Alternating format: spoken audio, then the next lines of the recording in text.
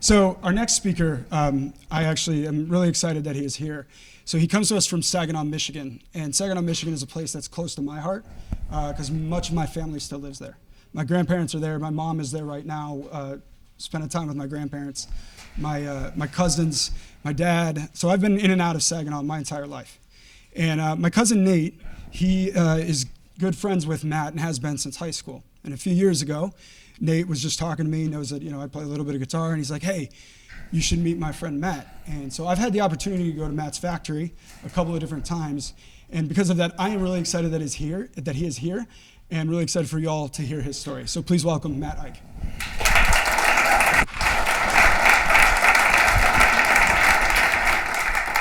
All right, good morning, everybody. Welcome to the other side of the room. My name's Matt Ike. I'm from Saginaw, Michigan, from Mule Guitars. And thanks so much for having me, inviting me to the work party today. I'd like to tell you a story today about a young, misguided guitar maker who was obsessed with the technical aspect of his work and was really struggling. And after I found leading with the why I did what I did instead of the how, found a deeper purpose in my work than I ever thought possible. So first of all, what the heck is a resonator guitar? So this is a resonator guitar. What this is a steel-bodied acoustic guitar.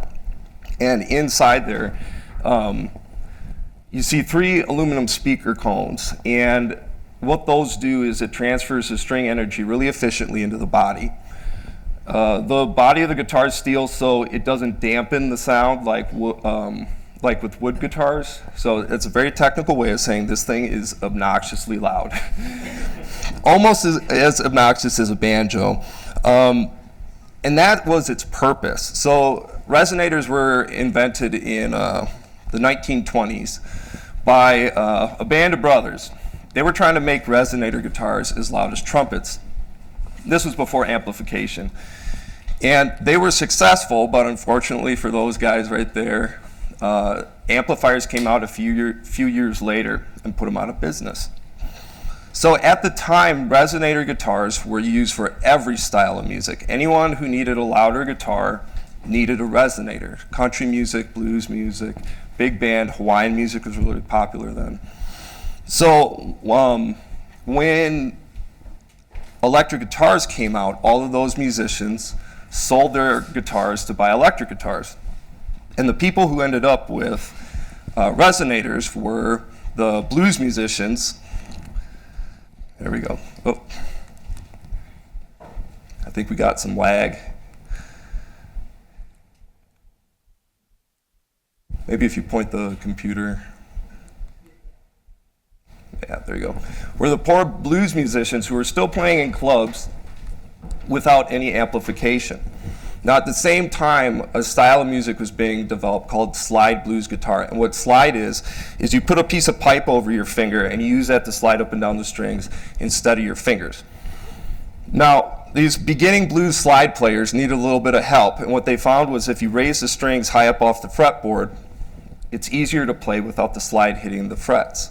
Now the downside of that is that guitar is unusable for any other type of music. It's a one-trick pony. And what ended up happening was this negative feedback loop where beginning slide players heard this is what the guitar should be set up like. And beginning guitar makers heard this is how we have to set up these guitars.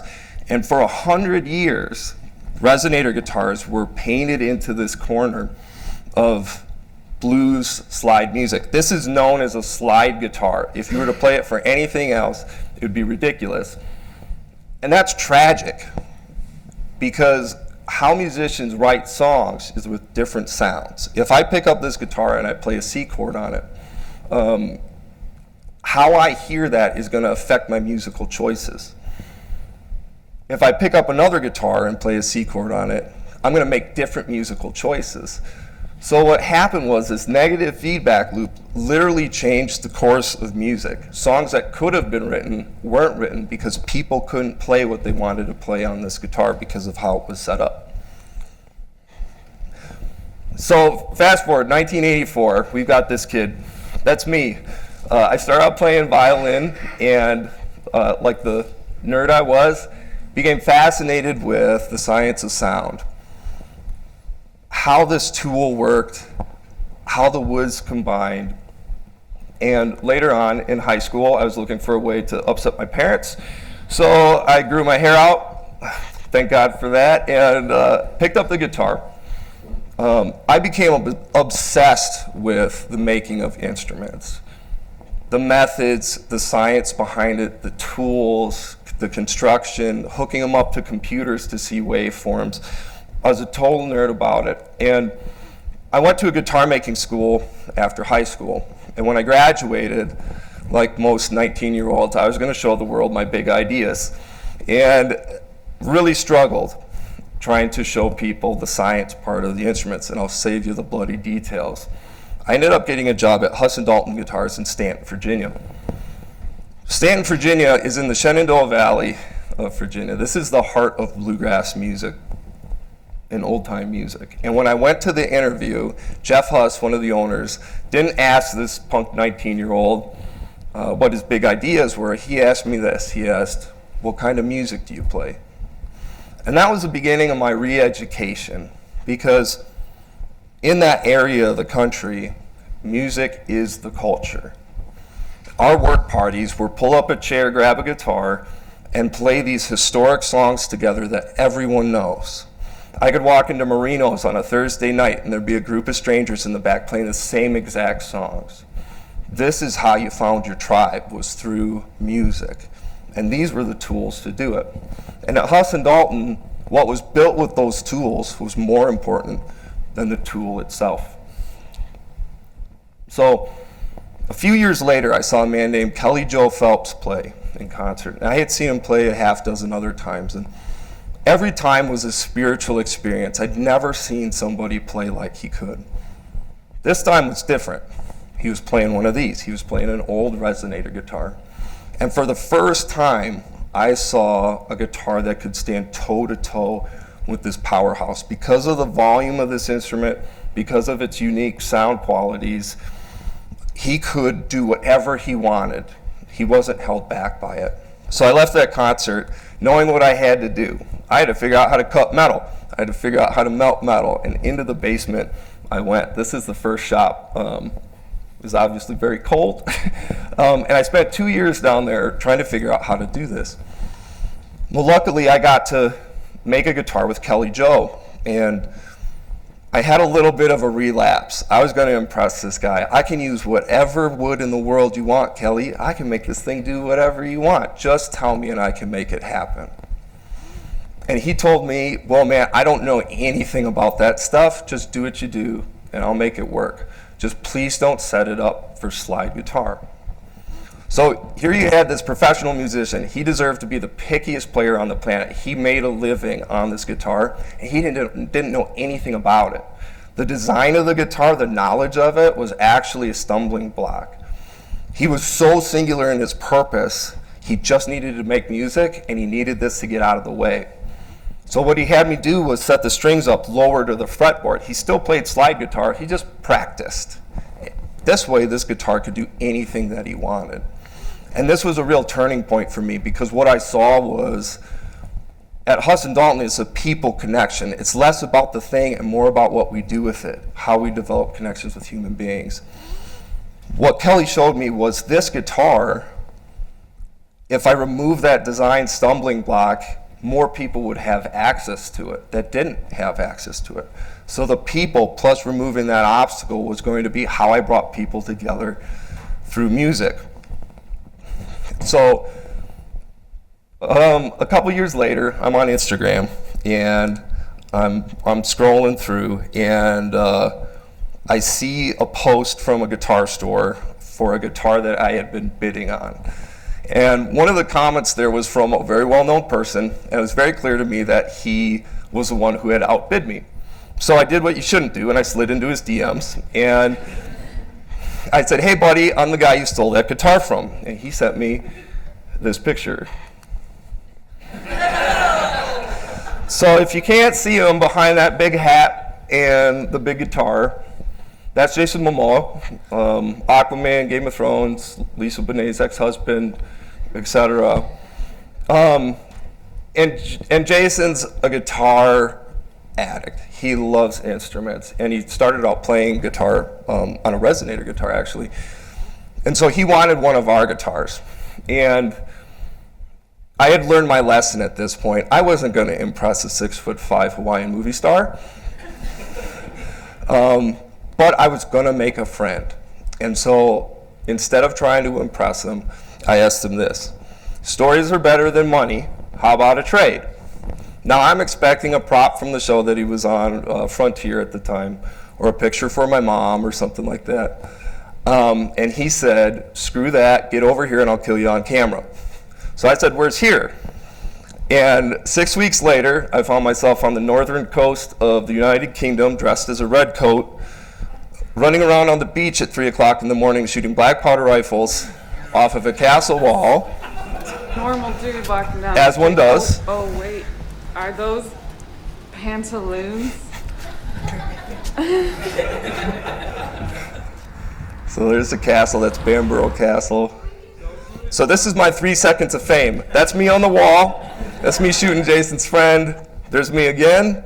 And I gotta freeze it because I'm gonna turn this into 10 seconds of fame. I swear to goodness, that's me behind my arm. We did film a scene where he killed me on camera, but the weather was so disgustingly bad that footage didn't make it. That's okay though, because I left with a friend. In Detroit, made in Michigan, and we met on Instagram because that's what it was. It's here. Stay here. Jason bought a guitar that I was trying to buy, and I messaged. And you gotta outbid that shit. You know what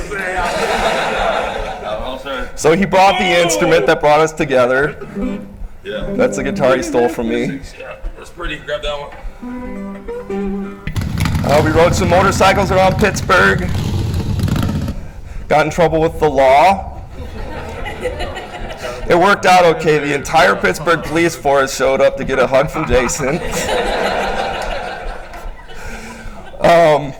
The story continues. So I came out with this guitar called the Mavis guitar, and he came to the shop to check it out. Handmade. Look at that thing. Ooh! He liked it. 100 coming up. Good luck, Matt. This is mine. Stop that, man.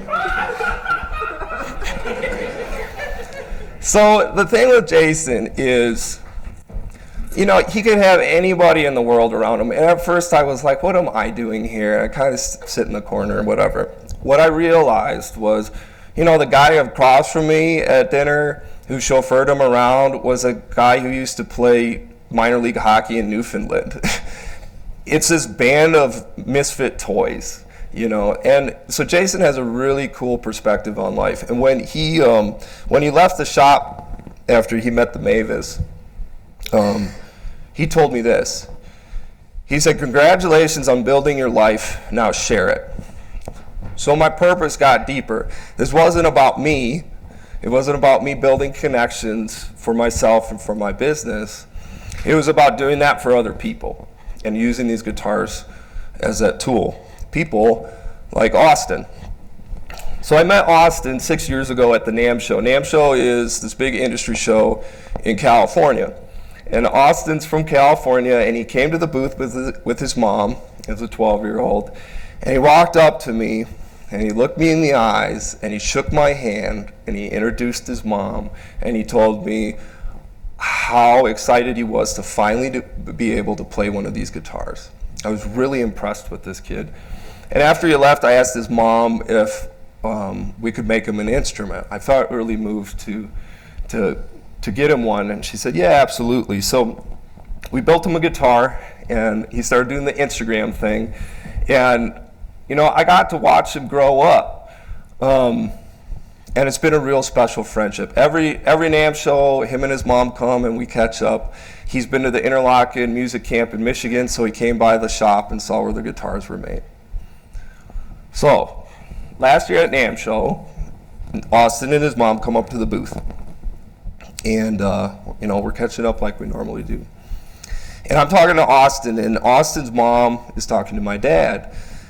And she said, so where in Michigan do you live? And my dad said, Elma. And Elma's my hometown. That's where I grew up. And Austin's mom looked shocked, and she said, well, that's where my grandfather lived. And my dad said, well, who's your grandfather? And she said, Paul Sobel.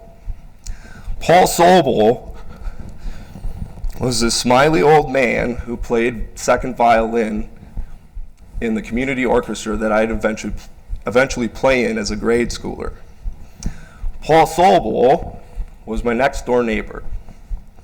And Paul Sobel, one day when I was 6 years old, took his student violin, this thing that someone had built, and he handed it over the fence to me and gave me my first musical instrument.